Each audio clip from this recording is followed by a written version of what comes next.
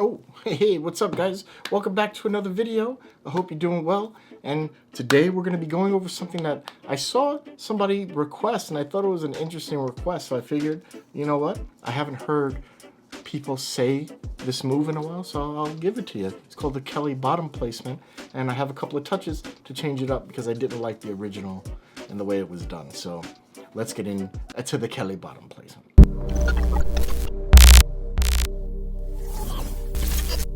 All right, go grab your dead hands. What are you doing if you don't have them at this point?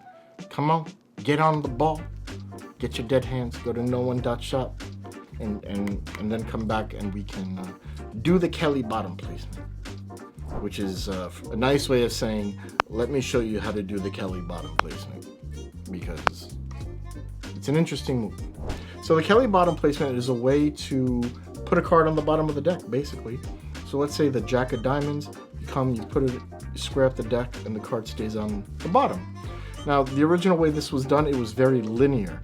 So as you would show the card this way, you would come back to here and go straight into the deck this way to keep the card at the bottom. But it's not something I like. So I do it a bit differently. It's not too different. It's still the 𝐾𝐈𝐒 bottom placement. So go check that out. But this is just my way of doing it. So you could do a dribble, or you can, cut the cards, whatever you want, have them say stop, look at a card this way, whatever. Eventually you just want to get to this position. You want to get to, I guess, middle grip position, or, end grip. So as you're going back towards the deck, you're going to separate this card from the pack like this. Now, I do it a bit differently than it was written up because I just don't like the way it was written up. But what I do is as I'm showing the card, my fingers are pretty far underneath the deck already, this packet.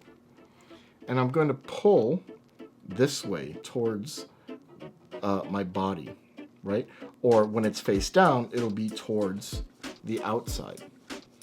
And all I'm going to do is bring this packet to this one, but almost in line, and I'm just going to move these fingers out of the way, and this is just going to slide underneath that card, and I just square everything up. So it's not a very difficult move, but it is kind of knacky in the beginning to separate that card out, right? So let me walk through the steps again with you. So you dribble, you riffle, whatever you want to do to get to this position, and have your fingers a little bit deep. Anyway, a little bit deep so that your fingers can just touch that bottom card and pull, right? Let me try to do it face up here. So you just want this. Once the card pops out, like this, you're going to approach the deck at an angle. So you want to kind of come at it either this way or straight across. Either way is fine. And move your fingers of this hand out of the way so that you can receive that card going underneath and help guide it in. And that's it. You've done the 𝐾𝐈𝐒 bottom placement. If you want, you can do it the old way where you have it kind of extended this way. It was very much this. And you would come to the deck this way and close it up. Not something I really like to do, but you can do that as well. So one more time, just for argument's sake, and then we'll get out of here, because I know a lot of you guys are trying to, get some dinner or lunch. I don't know when I'm posting this. Maybe lunch. I'm gonna say lunch. So you show the card, pull across, let it fall off of your thumb, and now you're going to come at an angle. Fingers get out of the way as they approach the deck, square everything up, and you've done the 𝐾𝐈𝐒 bottom placement. That's it. Get out of here, you young whippersnappers.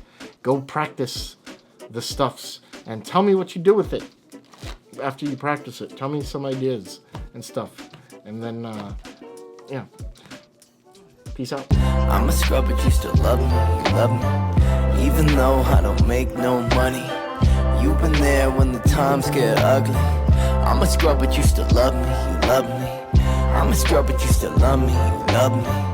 Even though I don't make no money, you've been there when the times get ugly.